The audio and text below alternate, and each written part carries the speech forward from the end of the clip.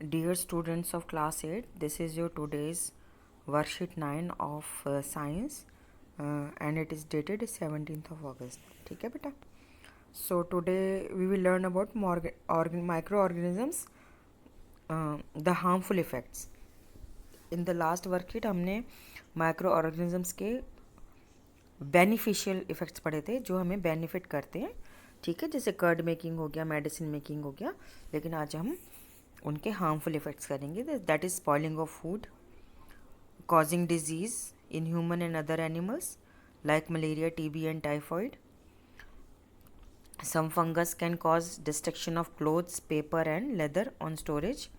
तो बरसात में आपने देखा होगा कि जो बुक्स वगैरह कपड़े होते हैं उनमें सीलन आ जाती है तो उसमें फफूंदी लग जाती है. फफूंदी को फंगस कहते हैं. Then there is disease in plants, citrus canker, rust of wheat. Citrus canker में जो नींबू का पेड़ होता है उसकी लीव्स येलो पड़ जाती हैं. और रस्ट ऑफ वीट में जो वीट की जो पॉड्स होते हैं जिसमें गेहूं का दाना होता है वो फंगस लग जाती है, काले काले हो जाते हैं. Fifth one is damage of water bodies, algae Bloom. तो एल्गल ब्लूम का क्या मतलब हो गया बेटा? एल्गल ब्लूम का मतलब हो जाता है कि जब तालाबों में काई जम जाती है, इतनी सारी काई जम जाती है कि वो पूरा उसको कवर कर लेती है और जो अंदर फिश होती हैं या अदर एक्वेटिक एनिमल्स होते हैं दे कांट ब्रीथ, क्योंकि हवा नहीं जा रही होती ना वाटर में, सॉल्युबल नहीं हो पाती क्योंकि बीच में क्या आ गया, एल्गी. तो बहुत सारी एल्गी उग जाती है, आम भाषा में काई कहते हैं उसको, तो वो एल्गल ब्लूम नाम हो गया. So these are the harmful effects of micro organisms. तो let us read more. So for we have learned about beneficial effects of microorganisms along with their medicinal and commercial uses. तो हमने microorganisms से दही बनता है, medicines बनती हैं, उसके बारे में पढ़ा था.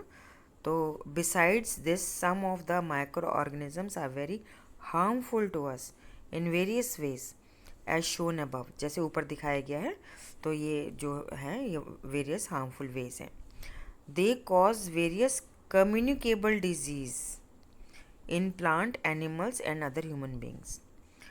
तो बेटा कम्युनिकेबल डिजीज़ वो होती है कि जो एक इन्फेक्टेड पर्सन से एक हेल्दी पर्सन पे जाती है थ्रू एयर, वाटर या फूड, क्लोथ्स, ब्रीदिंग हो जाता है. तो उसको हम कम्युनिकेबल डिजीज़ कहते हैं, जिसको हम कहते हैं छूत की बीमारी, है ना. उसको इंग्लिश में हम बोलते हैं कम्युनिकेबल डिजीज़. तो मान लीजिए एक पौधा, एक सिट्रस कैंकर डिजीज़ वाला एक प्लांट है, उसके साथ एक हेल्दी प्लांट उग रहा है.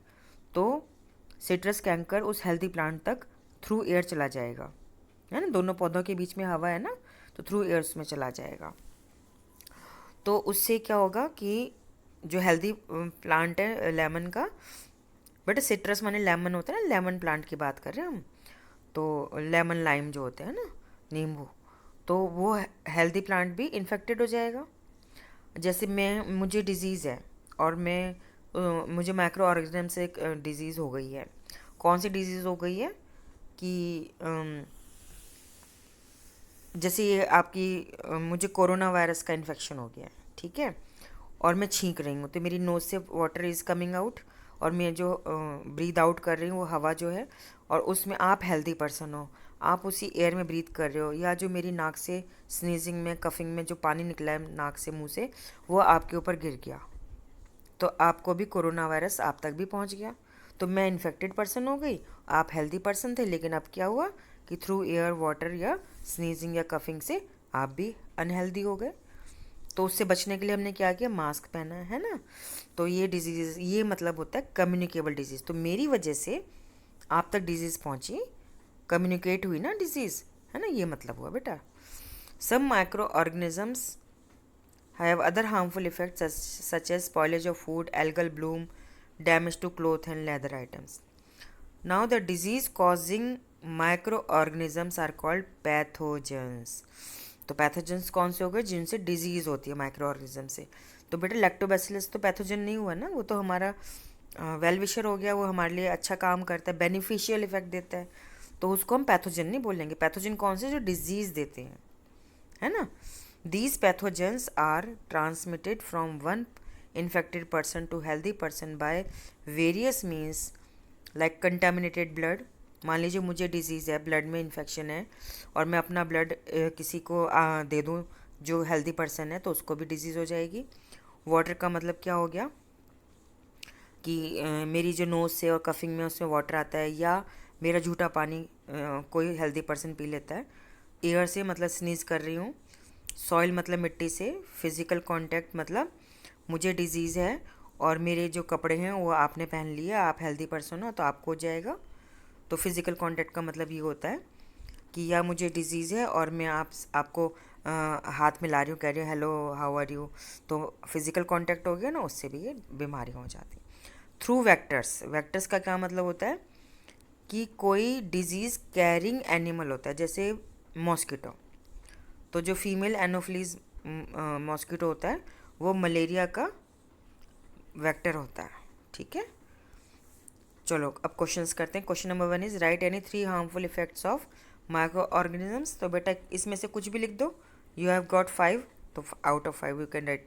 उसने 3 पूछा है तो यू राइट 3 हार्मफुल इफेक्ट्स. ठीक है. Question number 2 says why it is advise to keep the food covered. तो बेटा ये तो जनरल क्वेश्चन है कि food is advise to keep covered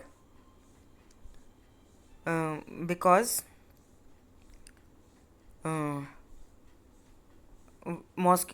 जो हाउस फ्लाइज हैं they sit on that and their legs have dirty, they are contaminated with microorganisms, और when we eat that food जो हैं वो that causes us disease called cholera, जिसमें हमें vomiting और लग जाता है. Question number 3 is water pathogens. ये लिखा हुआ the disease causing micro organisms are called pathogens. How are they transmitted. The pathogens are transmitted from one infected person to healthy person by various means. ठीक है, ये सब आ जाएगा.